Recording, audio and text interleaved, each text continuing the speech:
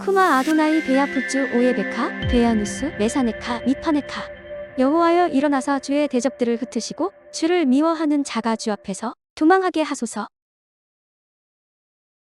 샬롬 생각하는 성경 홀레아미입니다. 오늘의 말씀은 제사장과 레위인의 몫에 대한 설명입니다. 2절을 보면 레위 지파는 12지파와 다르게 자신의 몫으로 땅을 기업으로 받지 않았습니다. 대신 여호와 하나님이 기업이 되셔서 12지파가 하나님께 드리는 예물 중에 일부를 제사장과 레위인들이 받게 됩니다. 여러분들이 오늘의 말씀을 이번 주 말씀과 이어서 생각하지 않으면 그냥 제사장과 레위 지파는 여호와 하나님이 기업이 되시는가 보다, 또는 백성들의 예물을 몫으로 받게 되는가 보다 요 정도로만 이해하게 됩니다. 하지만 쇼프팀의 관점으로 생각해보면 이스라엘의 올바른 재판장과 지도자들이 세워지고 율법에 순종하는 왕이 세워져야만 이스라엘 백성들이 성막으로 찾아와서 제사장과 레위 지파의 몫이 유지가 되고, 공의와 정의를 지키지 않는 재판장과 지도자들이 세워지고 율법을 거부하는 악한 왕이 세워진다면 이스라엘 백성들도 성막이 아닌 이방신들의 산당을 찾아가기 때문에 제사장과 레위 지파의 몫이 줄어들게 됩니다. 그래서 항상 이스라엘의 불순종은 제사장과 레위 지파의 생계를 위한 타락으로 이어졌고, 제사장과 레위 지파가 타락하면 이스라엘의 자정 능력이 상실되기 때문에 백성들 스스로의 힘으로는 율법을 회복하지 못했습니다. 그래서 하나님은 그럴 때마다 사사와 선지자들을 보내셔서 이스라엘 백성들을 다시 성막으로 찾아오게 만드셔서 제사장과 레위 지파들을 회복시키고 이스라엘의 자정 능력도 함께 회복하게 하셨습니다. 그래서 만약 성경에 사사와 선지자들이 등장했다면 그 당시 이스라엘 백성들이 하나님의 율법에 불순종하고 있는 상태라고 이해할 수 있고, 제사장과 레위 지파의 성전 봉사의 성실 정도는 이스라엘의 믿음을 나타내는 촉도가 됩니다. 그만큼 하나님은 제사장과 레위 지파를 이스라엘의 대표로 삼으시고 이스라엘의 중심 세력이 되게 하셨습니다. 이스라엘의 제사장과 레위 지파가 건강하게 세워지기 위해서는 백성들이 먼저 율법을 잘 지키고 하나님의 문화를 잘 유지해야 하고, 백성들이 율법을 거부하여 이방신들의 문화가 풀어지면 제사장과 레위 지파도 생계의 문제 때문에 타락하게 되고 더욱 이방신의 문화가 풀어지게 됩니다.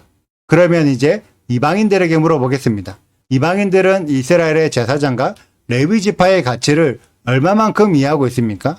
상당수의 기독교 이방인들은 예수와 이후로는 더 이상 제사장과 레위 지파가 필요 없다고 생각합니다. 그리고 제사장과 레위 지파의 자리를 교회의 목회자들이 차지하고 있죠. 만약 교회가 목회자들을 제사장과 레위 지파라고 가르쳐서 목회자들이 제사장과 레위 지파를 대신한다면 목회자들도 더 이상 세상의 기업에 욕심을 내지 말고 여호와 하나님을 기업으로 삼아서 교회 성도들이 공급하는 예물로 생계를 책임져야 합니다. 하지만 현실적으로 교회 성도들의 공급으로 생계를 유지할 수 있는 목회자들은 생각보다 많지 않습니다. 목회자들도 생계를 감당해야 하기 때문에 교회가 아닌 일터로 나갈 수밖에 없고, 그러면 자연스럽게 제사장과 레위 지파의 타락의 경우처럼 성경 연구에 집중하지 못하고 교회의 자정 능력을 상실하게 됩니다. 결국 하나님은 신명기 18장의 말씀을 이스라엘 백성들에게 전달하여 이스라엘 백성들 스스로 제사장과 레위 지파를 잘 섬기라고 권면하고 있습니다. 이것이 이스라엘 전체의 유익이며 이스라엘 안에 하나님의 문화를 풀어내는 통로가 됩니다. 그래서 원래는 이방인들도 이스라엘의 제사장과 레위 지파를 섬겨야 하지만 현실적인 상황이 그렇지 못하여 교회 목회자들을 대리하여 제사장과 레위 지파처럼 섬긴다면 임무를 위탁받은 교회 목회자들은 이방 땅에서라도 이방신의 문화가 아닌 하나님의 문화를 풀어내야 할 사명을 가지게 됩니다. 특히 제사장들은 4절에 기록된 것처럼 처음 거둔 곡식과 포도주와 기름과 처음 깎은 양털을 받게 됩니다. 이것은 초실절의 예물이며 땅의 소산의 장자의 예물입니다. 제사장들은 장자의 예물을 받게 될 권리가 있고, 이는 예수와를 상징하는 것으로 초림 예수와도 제자들의 장자를 예물로 받으셨습니다. 그리고 재림 예수와도 구원의 장자들을 예물로 받으시게 될 것입니다. 이 장자의 비밀을 깨닫는 제사장들이 되시기를 축복하며, 교회 목회자들도 제사장의 임무를 위탁받으셨다면 이 비밀을 함께 깨달으시길 축복합니다. 이것을 깨달아야 교회가 회복될 수 있습니다. 이 비밀을 더욱 자세히 풀어드리고 싶지만 그렇게 되면 지금까지 교회 가르침을 모두 뒤엎어야 하기 때문에 스스로 깨닫는 목회자들이 많이 나오시길 소망합니다. 오늘의 영상은 여기까지입니다. 오늘의 말씀 읽으시고 질문 있으시다면 언제든지 댓글로 남겨주세요. 오늘도 감사합니다. 샬롬! 레위 사람 제사장과 레위에 온 지파는 이스라엘 중에 분깃도 없고 기업도 없을지니 그들은 여호와의 화제물과 그 기업을 먹을 것이라.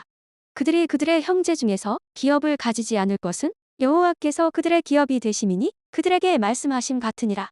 제사장이 백성에게서 받을 몫은 이러하니 곧 그들이는 제물의 소나 양이나 그 앞다리와 두 볼과 위라 이것을 제사장에게 줄 것이요. 또 내가 처음 거둔 곡식과 포도주와 기름과 내가 처음 깎은 양털을 내가 그에게 줄 것이니 이는 내 하나님 여호와께서 내 모든 지파 중에서 그를 택하여 내시고 그와 그의 자손에게 항상 여호와의 이름으로 서서 섬기게 하셨음이니라. 구독과 좋아요를 눌러주세요. 그리고 알림 설정도 해주시고요. 그리고 하트도 꼭 눌러주세요. 슈바 아도나이 리베보트 할레페 이스라엘 여호와여 이스라엘 천만인에게로 돌아오소서.